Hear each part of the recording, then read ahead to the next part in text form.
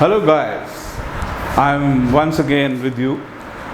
But अभी तक हमने we talked about the accounting information, we talked about what is book keeping, what is accountancy, what is accounting, and then we discussed the terms in detail. There are lot many terms also which will be discussed later on, because you can't cover the whole of the commerce subject in a very short span of time, but still I'm making effort.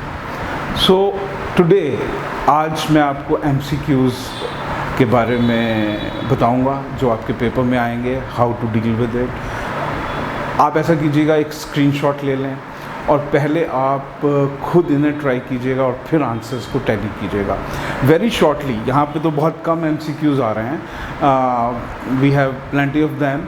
PDF will follow and maybe later on we can have live session also. So let's start today, okay? And now we were talking about bookkeeping and accounting. So the first is, which among these is not recorded in books? बेटे मैंने बताया था books में क्या record किया जाता है, only the financial transactions. First is sale of goods record किया जाएगा।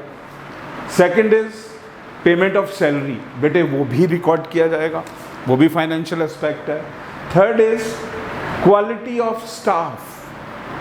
Quality of staff is not a financial transaction, तो इसका आंसर क्या हुआ बेटे? C. Got it? And purchase of goods also involves money, so ये भी आंसर नहीं है।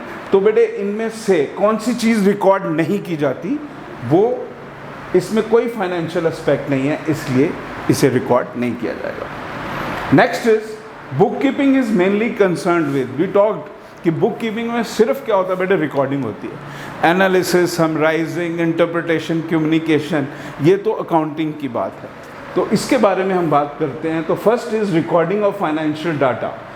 Naturally this is book keeping. Designing the system and summarising is the later stage. Interpreting the data is also a later stage, and above all, तो इसका answer क्या हुआ बेटे? Only the recording. Main purpose of bookkeeping in first lecture we discussed, it is only the recording aspect. Analysis, communication is done later on in accounting. Third is which is the last step of accounting. Accounting का last step क्या था? हमने उस दिन किया था बेटे, तो रिकॉर्डिंग तो बुक कीपिंग में आ जाती है। Preparation of financial data, communication of information and analysis and interpretation. Last stage में हमने क्या कहा था बेटे? कम्युनिकेशन ऑफ इंफॉर्मेशन, क्योंकि ये सारा हमें कम्युनिकेट किसको करना है? यूजर्स को। कल डिस्कस किया था internal and external users. So communication of recording तो बुक कीपिंग में आ गई, preparation of financial data is also there, and लेकिन लास्ट स्टेप कौन सा बेटे? कम्युनिकेट। जो सारे रिजल्ट्स होंगे, trading, profit and loss and balance sheet, will be communicating to its users, internal as well as external. अब फिर बात वही आ गई, इंटरनल कौन से होते हैं और एक्सटर्नल। इंटरनल तो विद इन ऑर्गेनाइजेशन वाले होते हैं बेटे, और एक्सटर्नल के होते हैं आउटसाइडर्स, जैसे हमने कल डिस्कस किया था। विच of the following is not an internal user? तो इंटरनल यूजर कौन सा नहीं है?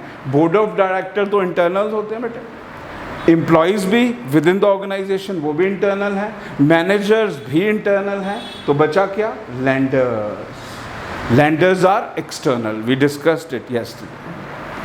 अ person who owes money, next is the person who owes money against sale of goods to the firm. एक इंसान जिसने फर्म के पैसे देने हैं, इसका मतलब फर्म ने क्या लेने हैं? जिनसे हम लेते हैं वो क्या होते हैं बेटे? डेटर्स। तो क्रेडिटर्स भी गलत है, नन ऑफ दिस भी गलत है, और बोथ ए एंड बी भी गलत है। इसमें राइट इज डेटर। डेटर ने पैसे लेने हैं, और जो पर्सन ने कंपनी को पैसे, हमने अपने आप को हमेशा क्या समझना है? फर्म समझना है। तो अगर हम फर्म हैं तो हमें पैसे मिलने हैं, और हमें देने वाला कौन होता है? डेटर्स, क्योंकि हमने उसको क्रेडिट पे गुड्स बेचे होते हैं। और क्रेडिटर्स क्या होते हैं? जिन्हें हमें पेमेंट देनी होती है, हमने उनसे गुड्स क्रेडिट पे खरीदे होते हैं। Next is amount invested by proprietor. We discussed it. जो बेटे अमाउंट बिजनेस में इन्वेस्ट करता है उसे कैपिटल कहा जाता है, that is known as capital. तो रेवेन्यू भी नहीं, कैश भी नहीं, हालांकि वो कैश बिजनेस में आता है, बिजनेस के पास आता है, बट इन्वेस्टमेंट को जो प्रोप्राइटर करता है उसे हम क्या बोलते हैं, कैपिटल।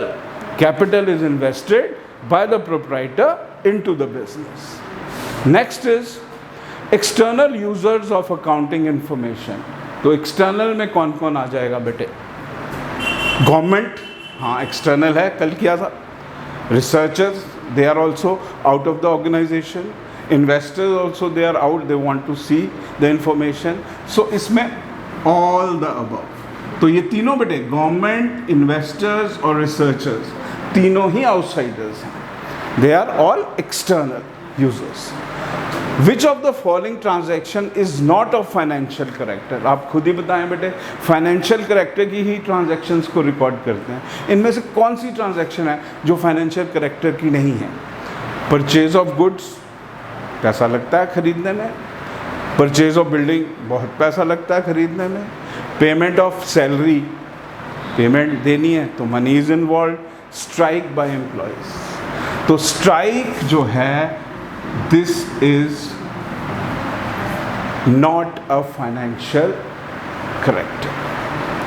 Then accounting, accounting के बारे में हमने पहले दिन डिस्कस किया था। क्या ये प्योर साइंस है या आर्ट है, या दोनों ही चीज़ें हैं, आर्ट और साइंस? None of these. तो I told you it is both art as well as science. Science का मतलब क्या होता है, प्रिंसिपल बेस्ड। साइंस की सारी टेक्नोलॉजी प्रिंसिपल्स के ऊपर बेस होती है, तो हमारी अकाउंटेंसी के भी प्रिंसिपल्स हैं, उसी पे बेस्ड है। और art is a style, a thing which has to be learned and which can be exercised later on. So it is an art as well as science. Which of the following is not a current asset? Current क्या होता है बेटे, जो within 12 months cash में convert कर लिया जाता है। तो इसमें से हमने उस दिन डिस्कस भी किया था, फिक्स्ड असेट्स भी और करंट असेट्स भी। फिक्स में टेंजिबल इंटेंजिबल भी आए थे, लॉन्गर पीरियड वाले, और करंट थे विद इन 12 मंथ्स। तो इसमें से कौन सा नहीं है? प्रीपेड एक्सपेंसेस तो करंट ही होता है बेटे। डेटर्स जिनसे पैसा लेना है, that is also current. Furniture is not a current asset, क्योंकि फर्नीचर का फिक्स्ड असेट में आता है ये, और ये टेंजिबल है जिसे टच किया जाता है और लॉन्गर पीरियड ऑफ टाइम के लिए हम यूज़ करते हैं। तो इसमें सी करेक्ट है। विच of the following is not a tangible asset? Tangible जिसे टच नहीं किया जा सकता, तो बेटे मशीनरी को तो टच कर सकते हैं, स्टॉक को भी हम टच कर सकते हैं जो इन्वेंट्री हमारे पास होती है, बिल्डिंग को भी टच किया जा सकता है, लेकिन गुडविल, रेपुटेशन को टच नहीं कर सकते, हालांकि इसकी वैल्यू बहुत इमेंस होती है। परचेज ऑफ मशीनरी, अब अगर मशीनरी हमने कल मैंने बताया था कैपिटल एक्सपेंडिचर, रेवेन्यू एक्सपेंडिचर के बारे में, तो अगर हम मशीनरी को परचेज करते हैं तो क्या ये कैपिटल है एक्सपेंस या रेवेन्यू एक्सपेंस है? तो बेटे ये कैपिटल एक्सपेंस है, क्योंकि ये आप जानते हो कि मशीनरी जो परचेज की जाती है वो हर महीने नहीं की जाती, तो it is for a longer period, it's not recurring. तो this is a capital expense. Revenue नहीं है, कैपिटल लॉस भी नहीं है, रेवेन्यू लॉस भी नहीं है। So very few we have done, but there are lot many. You just go through all the 3 lectures. I'll give you the PDF. It's being prepared. Even book is being published. So we'll send you later on. But this is a revision of what we did right now. In small lectures, I have to tell you a little bit of debit credit also. We'll be discussing, because the whole accountancy is based on debits and credits. एक ने लेना, एक ने देना. And then one very particular thing I have missed so far in midterms में, that was event and transaction का difference. That I'll be doing very soon. Okay, thanks.